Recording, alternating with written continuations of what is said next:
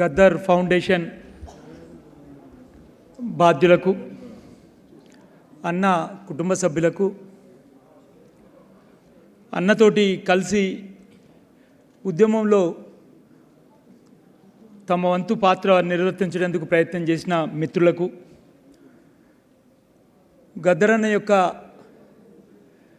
కార్యాచరణను, అవగాహనను, ఉద్యమంలో భాగంగా ఉన్న అశేష ప్రజానీకానికి, ముందు కూర్చున్న మిత్రులకు శిరస్సు వంచి నమస్కారం తెలియజేస్తూ ఉన్నాను. గద్దర్ను ఒక ప్రజాస్వామిక తెలంగాణ నుంచి కానీ లేదా ఒక రాష్ట్ర ఏర్పాటు యొక్క పోరాటం నుంచి కానీ చూడడం ఒక పాక్షికమే అవుతుంది. ప్రపంచం మొత్తంగా కూడా ఒక ఫ్రాన్స్ యుద్ధము, ఒక విద్యార్థి ఉద్యమం ఒక పెద్ద ఎత్తున చెలరేగుతున్న సమయం లోపట అల్లం నారాయణ చెప్పినట్టు భారతదేశం లోపట ఒక పీడిత ప్రజలు ఏకమైపోయి తమ విముక్తి కొరకు పశ్చిమ బెంగాల్ నుంచి,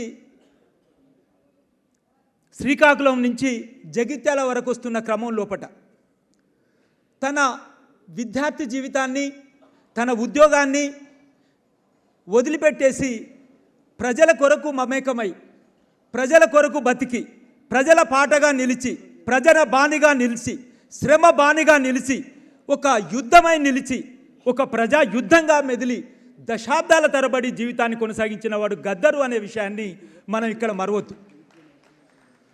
నారాయణ చెప్పినట్టు ఆయన చనిపోయిన తర్వాత కొందరు మూర్ఖులు తన పాక్షిక పరిశీలన, కనీస పరిశీలన లేకుండా ఏదేదో మాట్లాడేందుకు ప్రయత్నం చేశారు. దాన్ని సమర్థవంతంగా తిప్పికొట్టాం.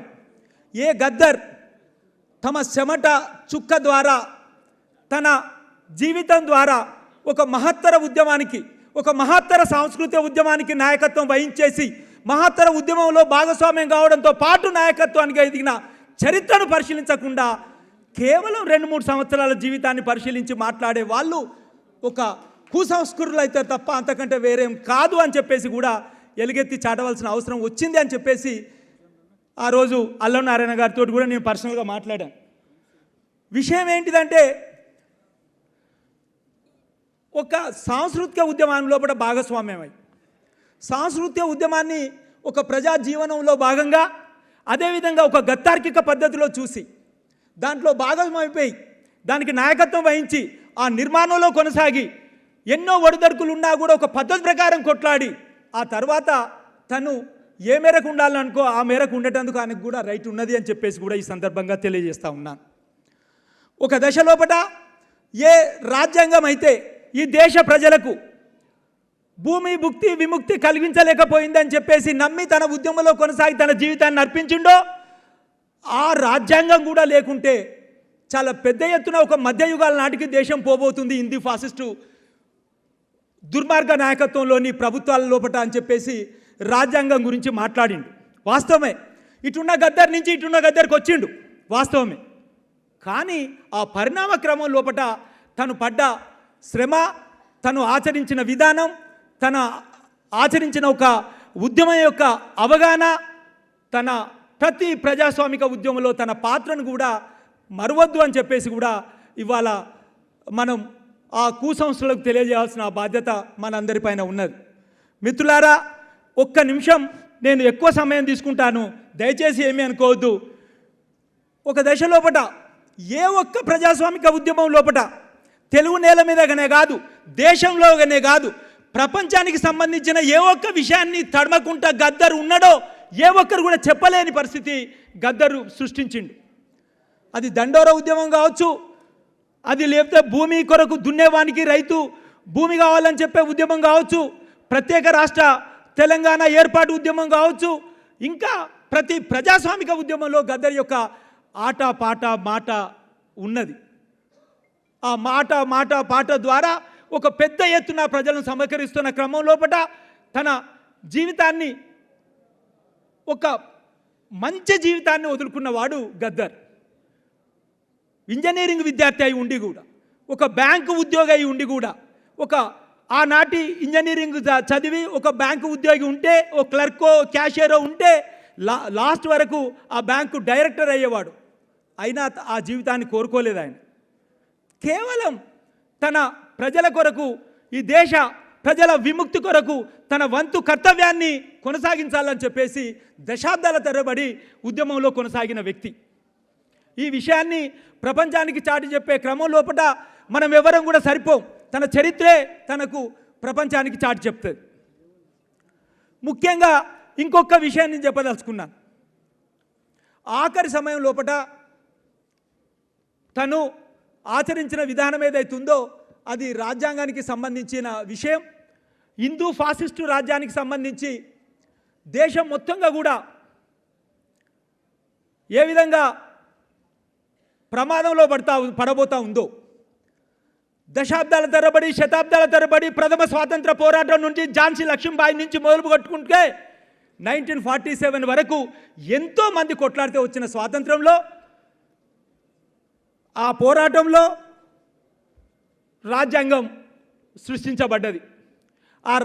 ఆ రాజ్యాంగాన్ని పూర్తిగా మార్చివేసి మధ్యయుగాల నాటికి దేశాన్ని తీసుకుపోయే ప్రమాదం పడ్డది అని చెప్పేసి కూడా గద్దర్ భావించాడు.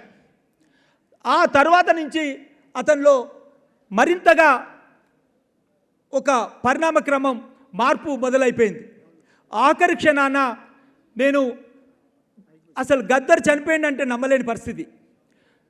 ఇమీడియట్లీ నేను వెళ్ళే వరకు అక్కడ అన్న, అక్క, చెల్లె, అదేవిధంగా ఇంకా కోట గిట్లా అందరు ఉండి ఏడ్స్తూ ఉంటే మేము కూడా లోపలికి పోయి అసలు తట్టుకోలేని బాధలో ఏడ్స్తూ ఉన్న క్రమం లోపల ఇప్పటి ముఖ్యమంత్రి, నాటి పిసిసి అధ్యక్షుడు పాషం యాదన్న నన్ను పిలిచేసి, శవాన్ని మనం ఎల్బీ స్టేడియం కన్నా నిజాం కాలేజీ కన్నా తీసుకుపోదాం ప్రభాకర్, యాదన్న ఒక్కసారి అన్నతోటి అక్కతోటి మాట్లాడలేరా మీరు అని చెప్పేసి అన్న.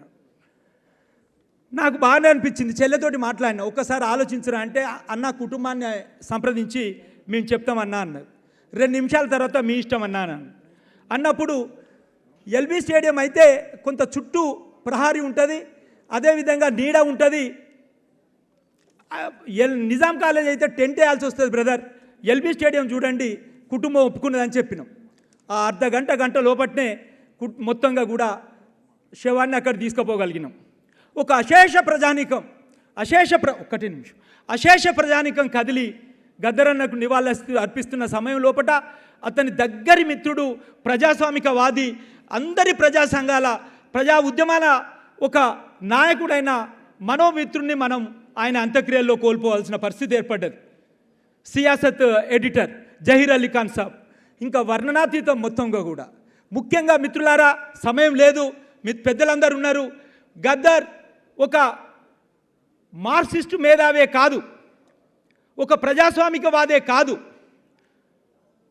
ఒక మానవతావాదిగా కూడా తన జీవితకాలం నిలువరించిండు. జీవితకాలం కూడా తను మానవతావాదంగా నిలిచి అందరి ప్రజల్లో మన్ననలు పొందిండు. ఆఖరికి ప్రజల గుండెల్లో గుండెై, ప్రజల బాధల్లో బాధై నిలిచిండు. అతనికి మనం ఇచ్చే నివాళి అతని ఆశయాన్ని కొనసాగించడమని తెలియజేస్తూ ఈ అవకాశం ఇచ్చిన మిత్రులకు మరొకసారి ధన్యవాదాలు తెలుపుతూ ముగిస్తున్నాను.